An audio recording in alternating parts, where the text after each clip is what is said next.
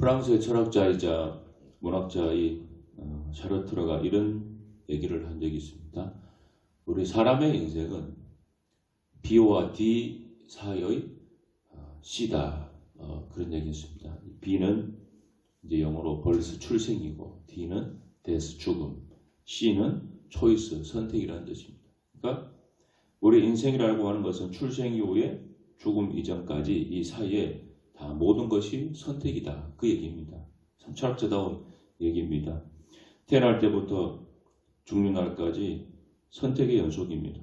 그래서 우리의 선택에 따라 삶의 결과는 완전히 달라질 수도 있습니다. 미국에서 실제로 있었던 일이라고 합니다.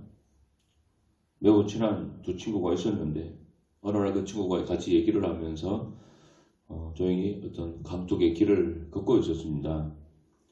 길을 가다가 길이 왼쪽 오른쪽 두 길로 나눠지게 됐는데 한쪽 길은 쭉 가게 되면 주변에 이제 가수원이 있는 그 길이고 그 산책하기에 참 좋은 길인데 다른 한 길은 언덕 위로 올라가는 길입니다. 그런데 그곳에는 작은 불빛만 보이는 좀 그런 좀 한적한 그런 길이었습니다. 그래서 한 친구는 산책하기 좋은 저 가수원 있는 그 길로 가자 그러고 또 한 친구는 저 언덕 위에 불빛이 보이니까 뭔지 한번 보러 가자 뭐 그런 식으로 얘기를 한 것 같습니다. 그러다가 두 사람이 여기에 엇갈려서 한 친구는 또 왼쪽 또 한 친구는 언덕에 불빛 있는 이제 그쪽으로 갔습니다. 강둑길을 선택한 그 친구는 가는 길에 보니까 가수원에 과일이 이렇게 매달려 있었습니다. 그래서 먹고 싶은 충동에 몇 개를 따먹게 됐습니다. 그 이후에 그 길을 지나가게 되면은 자꾸 이렇게 따먹는 그런 버릇이 생기고 또 그것이 습관이 되었는지 남의 것을 훔치고 싶은 그런 충동이 계속 생겼나 봅니다. 그러다가 도둑질을 하게 되고 나중에는 어떤 집에 들어가서 사람을 주인을 죽이는 그 죄까지 짓게 됩니다. 사형수가 되어서 죽을 날을 기다리고 있는데 어느 날 감옥 안에 들어온 신문을 펼쳐서 보게 됩니다. 신문 일면에 아주 낯익은 얼굴이 보여서 보니까 깜짝 놀랐습니다. 오래전에 그 두 갈림길에서 서로 엇갈린 채 헤어졌던 바로 그 친구였던 것입니다. 당시에 언덕 위에 있던 그 불빛은 바로 조그마한 예배당에서 나오는 불빛이었다고 합니다. 그래서 그 친구는 그 예배당에 들어가서 그날 예수님을 영접했고 그 이후에 그 삶이 많이 바뀌고 나중에는 교수가 되고 총장이 되었고 그리고 정치를 하게 되었는데 훗날 그는 미국의 대통령이 되었다는 그런 기사였습니다. 이 사람은 바로 미국의 20대 대통령이었던 제임스 아브라함 가필드라고는 대통령이라고 합니다. 정말 참 드라마틱한 그런 내용이 아닐 수가 없습니다. 오늘 말씀에 좁은 문과 멸망으로 인도하는 이 두 문이 나옵니다. 이 둘 중에 하나를 선택을 해야 됩니다. 그리고 사실 우리도 모르게 선택을 하고 살아가고 있습니다. 누구나 다 생명의 길로 가고 싶어 합니다. 그런데 이 생명의 문이라고 하는 것은 그 특징이 좁고 그 길이 협착합니다. 그래서 찾는 사람이 적습니다. 그런데 예수님은 좁은 문으로 들어가야 된다고 하시잖아요. 왜 좁은 문으로 들어가라고 하실까요? 그것은 좁은 문은 생명으로 인도하는 길이기 때문에 그렇습니다. 13절에서 말씀하시죠. 좁은 문은 생명으로 인도하는 문이다. 여러분 우리 인생에서 가장 중요한 것이 뭡니까? 그 생명 아닙니까? 참 누구 말처럼 사실 살기 위해서 이렇게 하고 있는 거 아니겠습니까?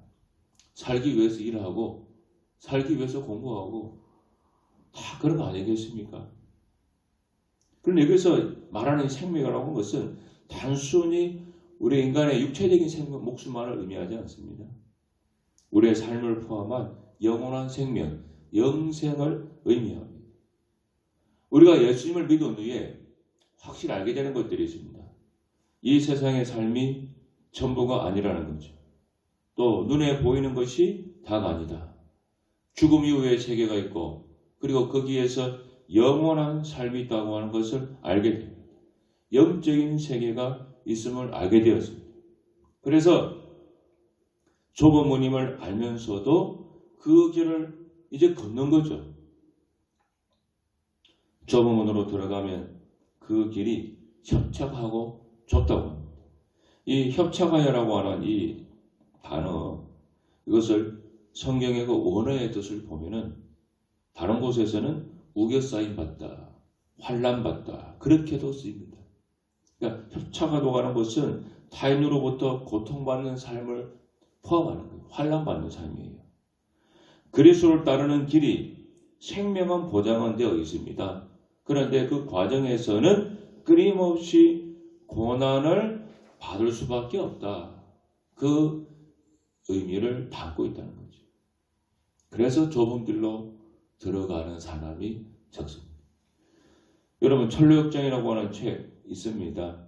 이 철로역정은 한자입니다. 하늘천 길로자에다가 격걸역 그리고 정은 길정입니다. 천국으로 가는 길에서 겪는 일이다. 바로 그 뜻입니다. 영어로 된 제목은 순례자의 길이 되는데 이 철로역정은 영국의 설교가이자 작가였던 존 버넌이 1678년에 출간한 우화 소설입니다. 크리스천인 그 사람 신앙인이 이 세상에서 장차 올 세상에 이르기까지 구원의 과정을 비유적으로 묘사한 책입니다. 그래서 외국에서는 성경 다음으로 많이 팔린 책이다. 그런 얘기를 합니다. 인터넷에 이 철력정에 관련된 그 크리스천이 다녀가는 곳을 지도로 만든 그림이 있더라고요. 이제 성경에 그거를 풀어가지고 책을 풀어서 그 지도를 보면은 크리스천이 천국에 가는 여정이 얼마나 어려운지를 짐작할 수가 있습니다. 두려움의 웅덩이, 세속의 숲, 율법 언덕, 좁은 문의 참을성의 길, 구력의 골짜기, 허영시장, 절망의 성, 마법의 들판 하던 이 지도마다 이런 것들 표시해 놓은 거 한번 여러분 인터넷 한번 찾아보세요. 그거 보면은 야, 이 참 천국 가는 길이 정말 좁은 문이고 험한 길이라고 하는 것을 한눈에 보게 됩니다. 여러 어려움을 믿음으로 이겨내며 천국 도시를 향한 그의 여정은 결국 성공합니다. 여러분, 좁은 문으로 들어가지 않으면 생명은 없습니다. 그런데 그 과정이 철력정에서 말하는 것처럼 또 오늘 말씀처럼 쉬운 길이 아니에요. 수많은 난관이 있습니다. 저 역시 어릴 때부터 교회를 다녔는데 같이 신앙생활 했던 그 친구들 중에 교회 남은 친구보다 교회를 떠난 친구들이 훨씬 더 많습니다. 훨씬 더 많습니다. 한 30명이 같이 시작했으면은 지금 제대로 교회 다니는 친구는 채 5명, 6명 될까 모르겠습니다. 교회를 같이 열심히 다닐 때는 다들 천국을 믿었고 영생을 믿었습니다. 그러나 어려움이 생겨서 떠나기도 하고 교회보다 더 좋은 것들이 생겨서 떠나기도 하고 여러 이유로 신앙을 버리고 세상으로 갔습니다. 좁은 문으로 들어가서 생명으로 인도하는 길을 가야 하는데 그 길은 협착하고 좁습니다. 근데 반면에 멸망으로 인도하는 문은 들어가는 사람이 아주 많습니다. 멸망으로 인도하는 문은 그 문도 크고 길이 아주 넓습니다. 들어가기 너무 좋아요. 넓다는 말은 육신적으로 편하다는 거예요. 그러니까 많은 사람들이 육신적으로 편한 길을 택하는 거예요. 그러나 명심해야 됩니다. 편한 길 찾는 것이 결국에는 망하는 길 택하는 것임을 알아야 됩니다. 넓은 문으로 들어가는 사람들이 저 길에 그때 낭떠러지가 있었다고 한다면 그게 떨어져 죽는다고 하는 걸 알았다면 여러분 그 멸망으로 인도하는 그 문으로 넓은 문으로 들어갔겠습니까? 성경에 아브라함의 조카 롯을 한번 보십시오. 아브라함을 따라 고향을 떠나 먼 가나안까지 따라왔습니다. 신앙생활을 같이 시작했다. 그래 볼 수 있겠죠. 근데 아브라함의 조카 롯은 아브라함과 헤어질 때 어느 땅을 선택할 것인가 하는 그 선택이 주어졌습니다. 그때 롯은 물질을 우선적으로 택했습니다. 적어도 롯이 볼 때 그가 택한 땅은 비옥해서 농사나 목축에 유리해 돈을 잘 벌 수 있겠다고 하는 생각이 들었습니다. 그래서 그 도시가 죄악으로 가득 찬 것은 무시하고 소돔과 고모라 땅을 택했어요. 돈을 벌겠다는 생각이 신앙생활을 잘 하겠다고 하는 생각보다 앞섰던 거죠. 롯은 그곳에 가서 살며 돈을 잘 벌었습니다. 정말 그가 생각했던 대로 부자가 되었고 그 성의 유지가 되었습니다. 그러나 신앙생활은 관심이 없었습니다. 가족 식구들에게도 경건훈련을 제대로 못 시켰습니다.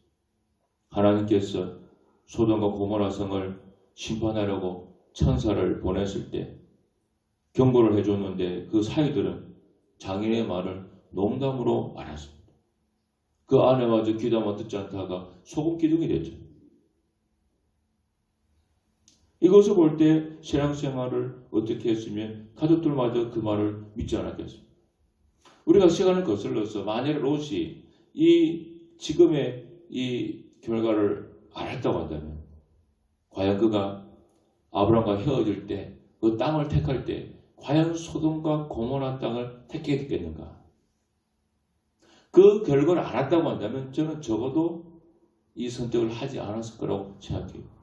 제가 며칠 전에 신문 기사를 봤는데 수년 전에 이제 이름은 될만 알만한 여러분 정치인입니다.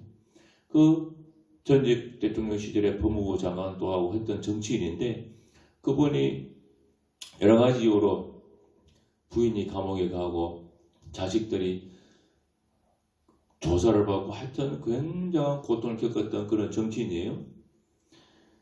근데 그 인터뷰 기사가 나왔는데 만일에 당신이 다시 법무부 장관으로 지명을 받는다고 한다면 시간을 거슬러서 그러면 그때 그 장관직을 수락하겠는가? 그 질문이에요.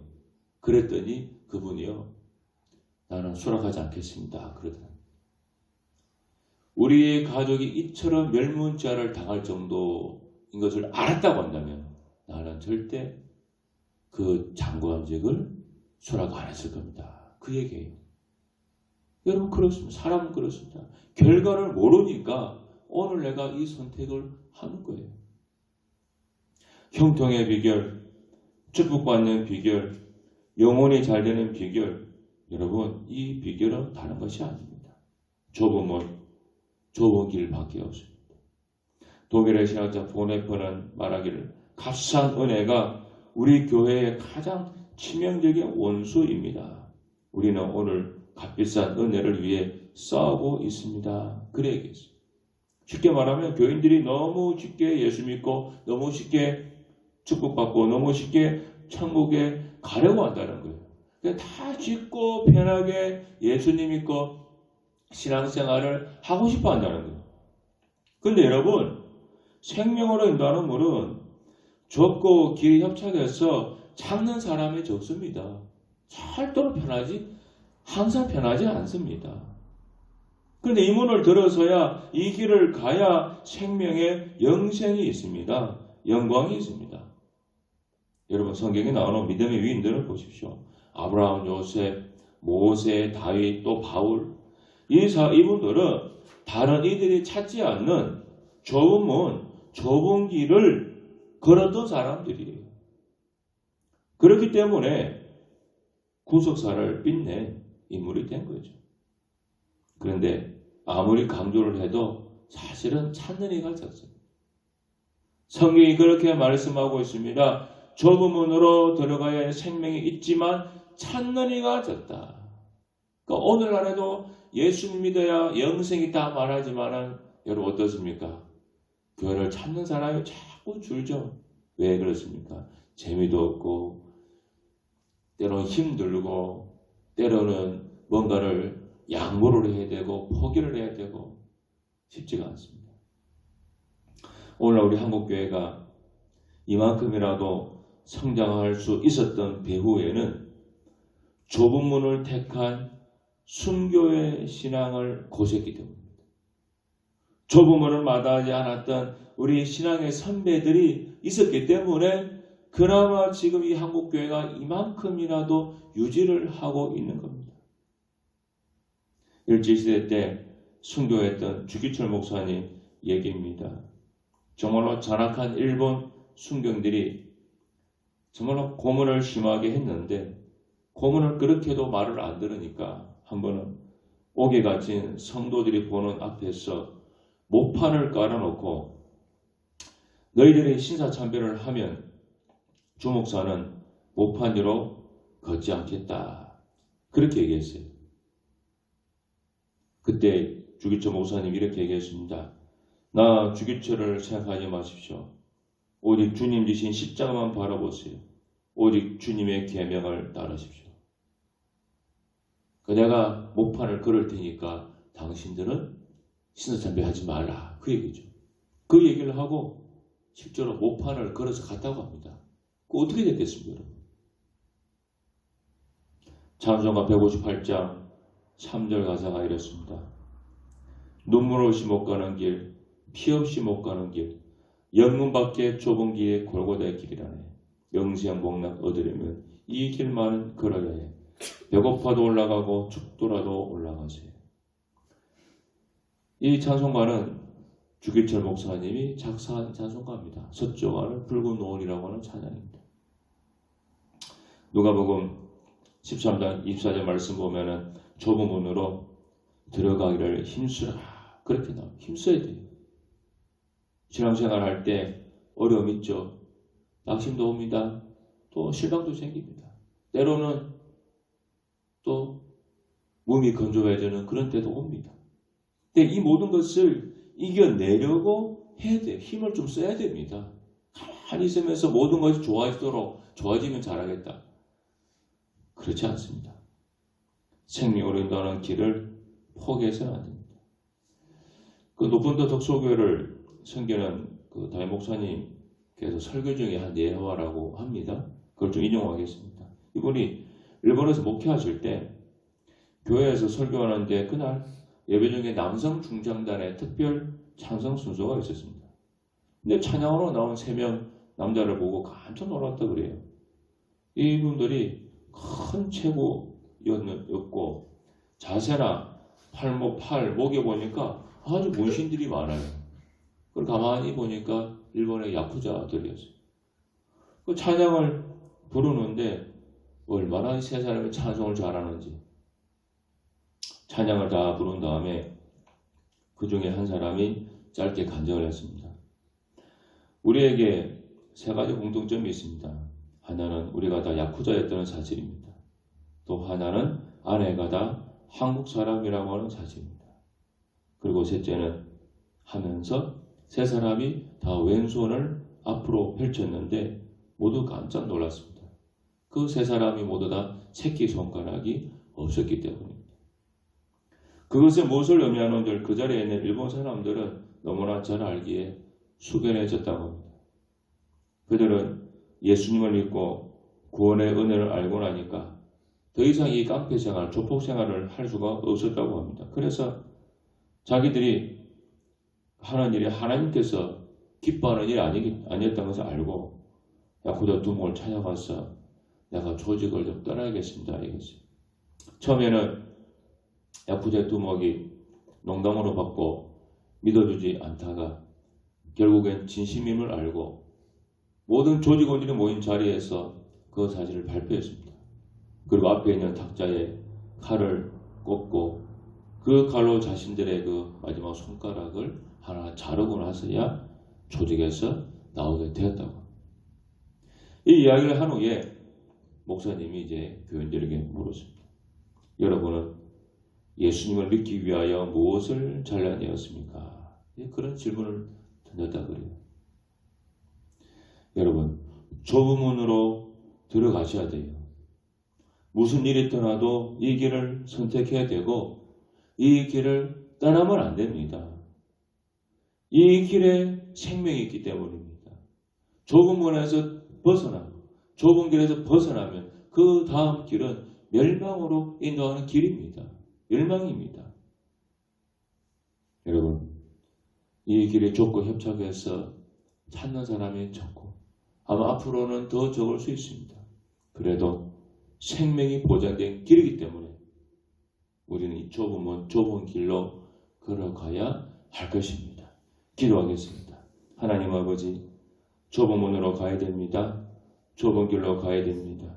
생명이 보장된 길이기 때문에 그렇습니다. 이 길을 걷는 동안에 어려움도 있고 실망도 있고 낙심도 있고 좌절도 있고 때로는 포기하고 싶은 때도 있지만 예수님이 걸어가신 길이기에 하나 우리도 이 길을 걸어가야 할 줄로 믿습니다. 끝까지 갈 수 있도록 우리 예그른교회 성도들 믿음을 붙잡아 주시고 은혜를 더욱더 많이 부어 주시옵소서. 예수님 이름으로 간절히 기도하옵나이다. 아멘.